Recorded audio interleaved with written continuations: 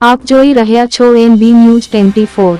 સારસ્વતમ સંચાલિત PA high school નિરોણા મધ્યે સ્વાતંત્ર્ય પર્વ નિમિત્તે લેવાયેલ પ્લાસ્ટિક મુક્ત નિરોણા ગામ અભિયાનને આગળ ધપાવતા શાળાના વિદ્યાર્થીઓએ રિસેસ પછીનો અડધા દિવસનો સમય પર્યાવરણ માટે ફાળવેલ હતો, જેમાં સારસ્વતમ ટ્રસ્ટ અધ્યક્ષા વિજયાલક્ષ્મીબેન શેઠ અને માનદ મંત્રી ડોક્ટર વી.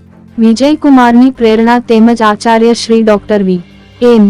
ચૌધરી સાહેબના માર્ગદર્શન હેઠળ ઇકો ક્લબ ઓફિસર અલ્પેશભાઈ જાની તેમજ NSS ઓફિસર રમેશભાઈ ડાભીની દેખરેખ હેઠળ આશરે 130 જેટલા વિદ્યાર્થીઓએ ધરે પડેલા જૂના છાપાઓ અને વેસ્ટ પેપરનો ઉપયોગ કરી 1015 જેટલી પેપર બેગ બનાવી નિરોણા ગામની દુકાનો તેમજ નાસ્તાની લારીઓ પર તેનું નિઃશુલ્ક વિતરણ કરી તેમને સ્વાતંત્ર્ય પર્વ પર લીધેલ સંકલ્પ યાદ કરાવી પ્લાસ્ટિક બેગની જગ્યાએ ગ્રાહકોને પેપર બેગ આપવા અનુરોધ કરવામાં આવેલ હતો।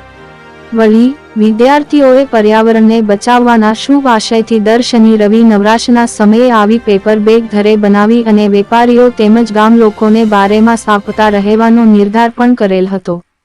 પ્લાસ્ટિક મુક્ત નિરોણા ગામ અભિયાન રૂપ એક નવી પહેલને વેપારીઓ તેમજ ગ્રામજનો દ્વારા વધાવવામાં આવેલ હતી।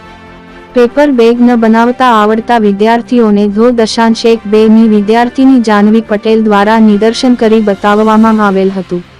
પર્યાવરણ માટે આશીર્વાદરૂપ આ નવતર અભિયાનને સફળ બનાવવા માટે શાળાના વરિષ્ઠ શિક્ષક બાબુભાઈ પરમાર, અલ્પાબેન ગોસ્વામી, કિશનભાઈ પટેલ, ભૂમિબેન વોરા તેમજ સાવિત્રીબેન નજારે જહેમત ઉઠાવેલ હતી। જય સરસ્વતમ। હાલમાં 15મી ઓગસ્ટ સ્વાતંત્ર્ય પર્વના રોજ સારસ્વતમ સંચાલિત PA હાઈસ્કૂલ નિરોણામાં ગ્રામજનો તેમજ વિદ્યાર્થીઓએ પ્લાસ્ટિક મુક્ત નિરોણા બનાવવાનો સંકલ્પ કર્યો હતો। સરપંચશ્રીના વરદ હસ્તે વિદ્યાર્થીઓ દ્વારા બનાવેલ પેપર બેગ આપી આ કાર્યક્રમની શરૂઆત કરવામાં આવી।